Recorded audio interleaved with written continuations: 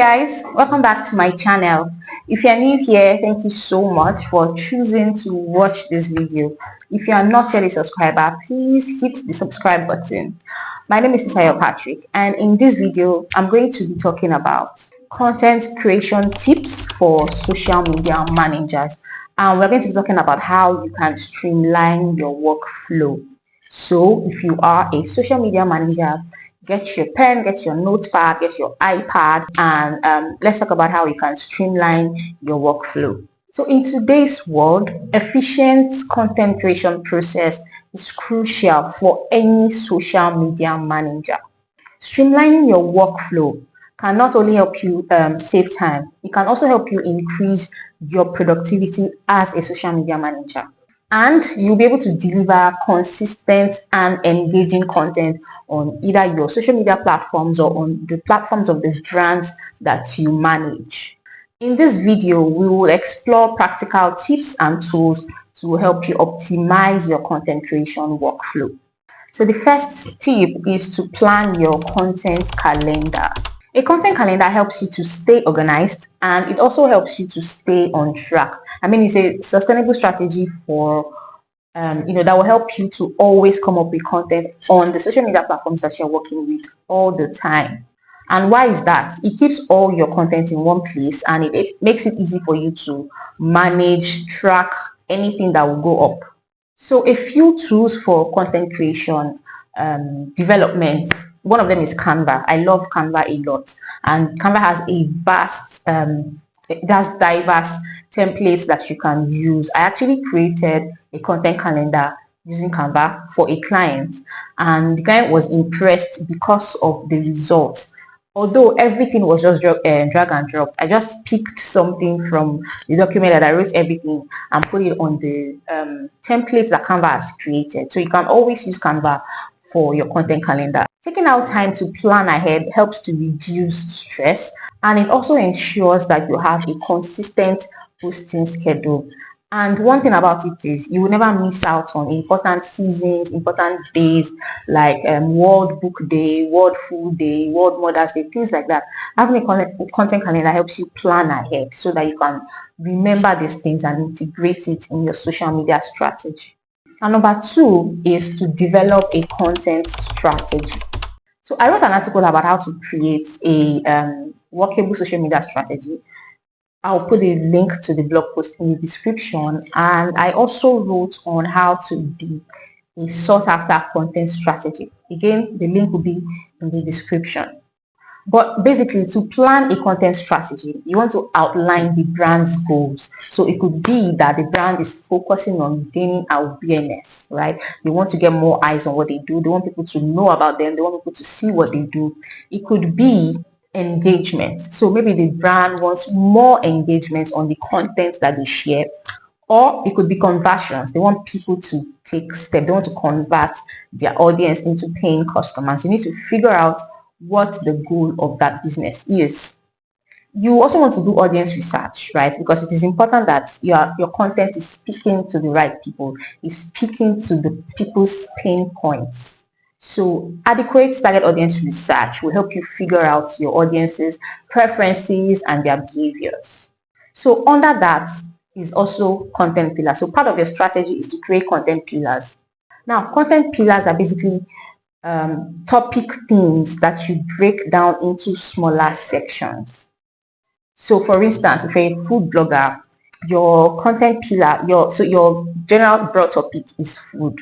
Now you break it down into smaller sections. So you want to have meal prep, you want to have party meals, you want to have homemade foods, things like that. So these larger pieces of content can now be further broken down into smaller pieces. So from there, you make videos from a topic on meal planning. You make several videos on that. You make several social media posts on that. You create carousels on a topic like party food, right? So content pillars will help you know the areas that you want to touch with your content.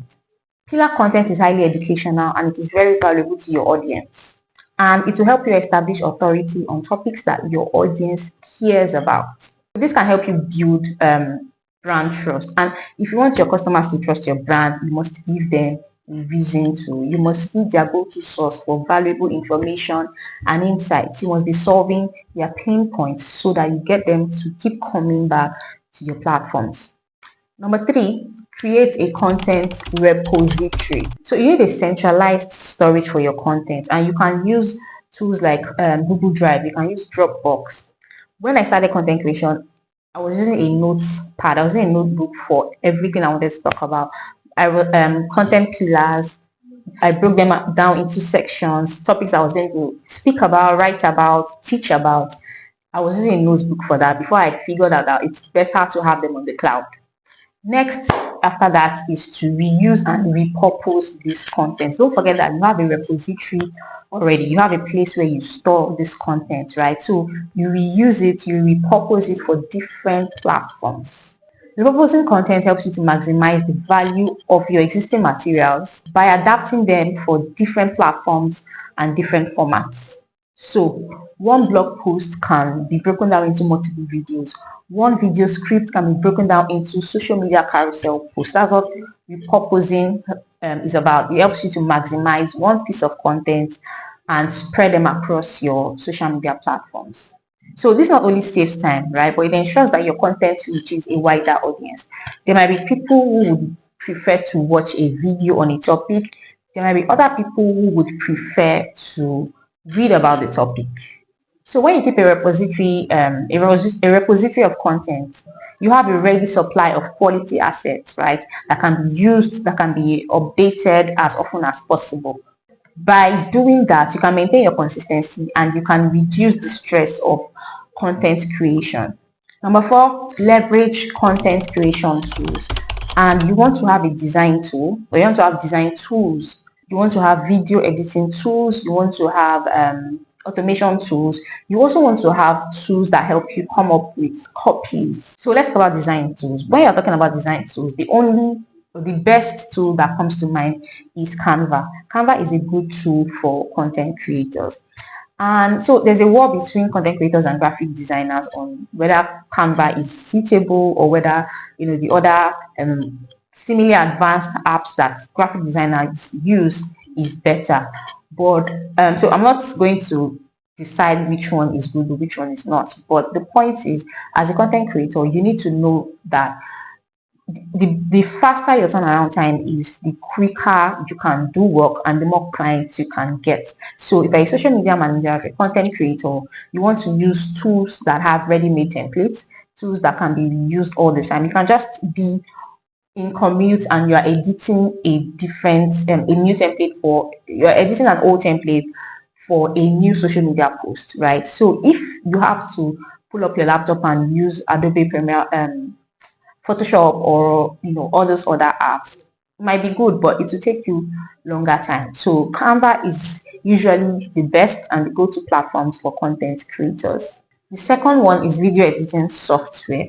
Again, just like Canva, you want to be able to use a mobile friendly app to edit your videos, because you can be editing on the spot, you can be editing on the go, you can be editing in commute. So the best tools for this are CapCut and InShot. You can edit. I edit all my YouTube videos with CapCut. I edit client YouTube videos with CapCut. I'm doing it on my phone, and I'm on the road.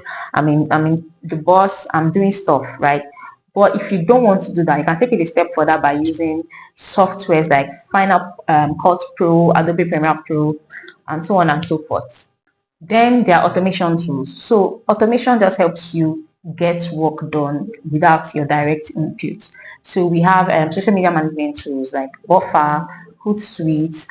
There's even Meta Business Suite. So Meta Business Suite helps you to publish on your Facebook and Instagram at the same time. So there are definitely tools that you want to consider. Last but not the least is to track and analyze your performance. So the ability to analyze data from your social media campaigns, your website traffic, and other digital efforts is crucial.